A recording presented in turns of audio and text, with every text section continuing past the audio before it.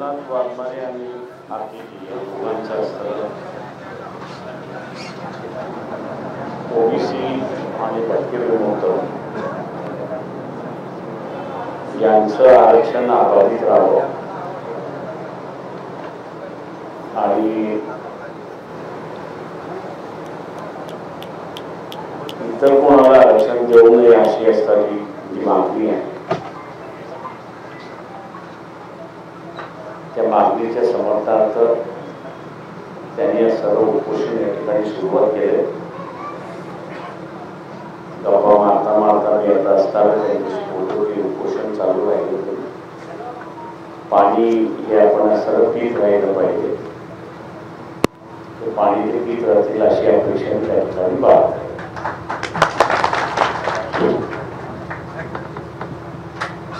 खरं म्हटलं तर शासनाने या प्रश्नाकडे असताना गांभीर्याने लक्ष दिलं पाहिजे. तर मला जी काही माहिती मिळते त्या ठिकाणी जिल्ह्यामध्ये निवेदन देणं चाललेलं आहे, आंदोलन देणं चाललेलं आहे आणि मोर्चे सुद्धा काढण्याची तयारीमध्ये आहेत अशी परिस्थिती.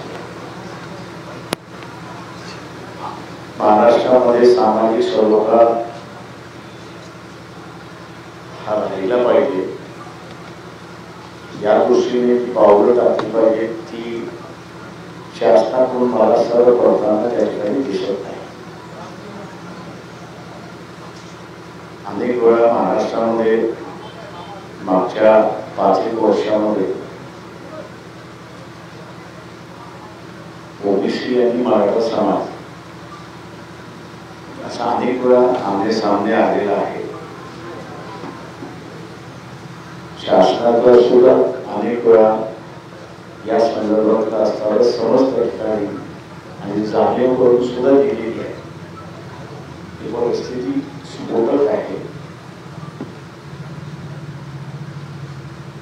बेरोजगारी ही अजून त्याच्यामध्ये भर जाते.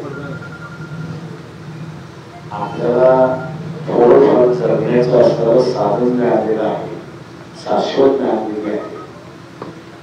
त्याच्याच वरती हमला होतोय की काय आणि तेच निघून जाते की काय याची असणारी चिंता ही भटक्या विमुक्त ओबीसी समूहाला आहे अशी परिस्थिती आहे. तेव्हा ही जी भीती आहे या भीतीला कुठेतरी आपण असणारा हात घातली पाहिजे, चर्चा केली पाहिजे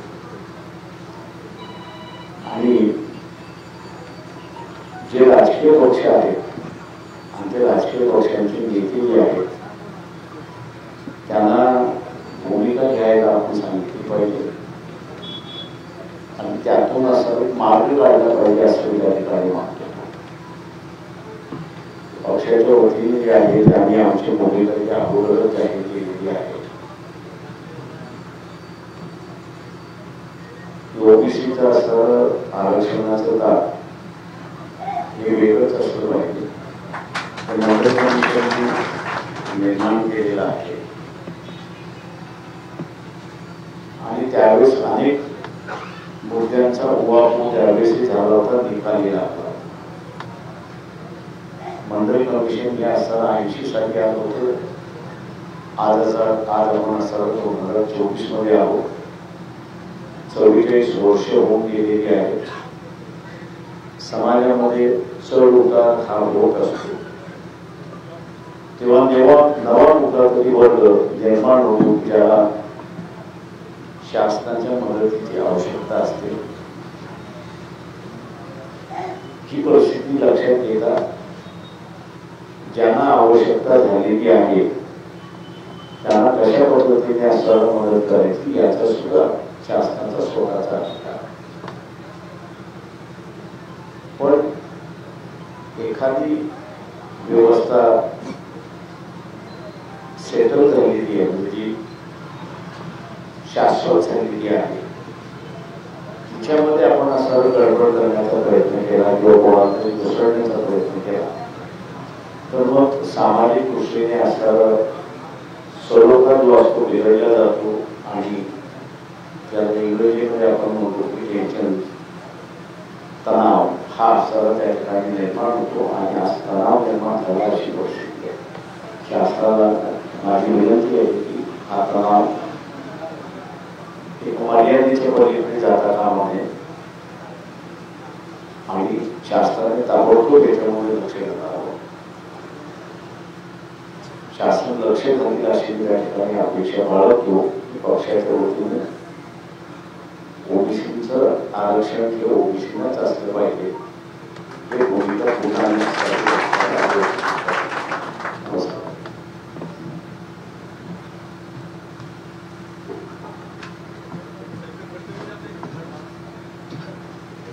गांभीर्यानं पाहायला हवं अशा पद्धतीने आता प्रकाश आंबेडकर यांनी आपलं मत नोंदवलेलं आहे. राज्यामध्ये सामाजिक सलोखा राहणं गरजेचं आहे आणि यासाठी सरकारनं आता या आंदोलनाकडे गांभीर्यानं पाहावं असंही प्रकाश आंबेडकर यांनी आपलं मत नोंदवलेलं आहे. तर आपण पाहतोय लक्ष्मण हाके आणि प्राध्यापक वाघमारे यांच्या उपोषणाचा आजचा 8वा दिवस आहे आणि या 8व्या दिवशी वडीगोद्री इथं आता प्रकाश आंबेडकर त्यांच्या भेटीसाठी दाखल झालेले आहेत.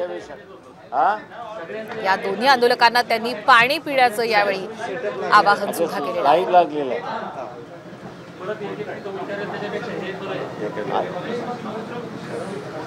आता माध्यमांच्या प्रश्नांची उत्तरं प्रकाश आंबेडकर देऊ शकतील.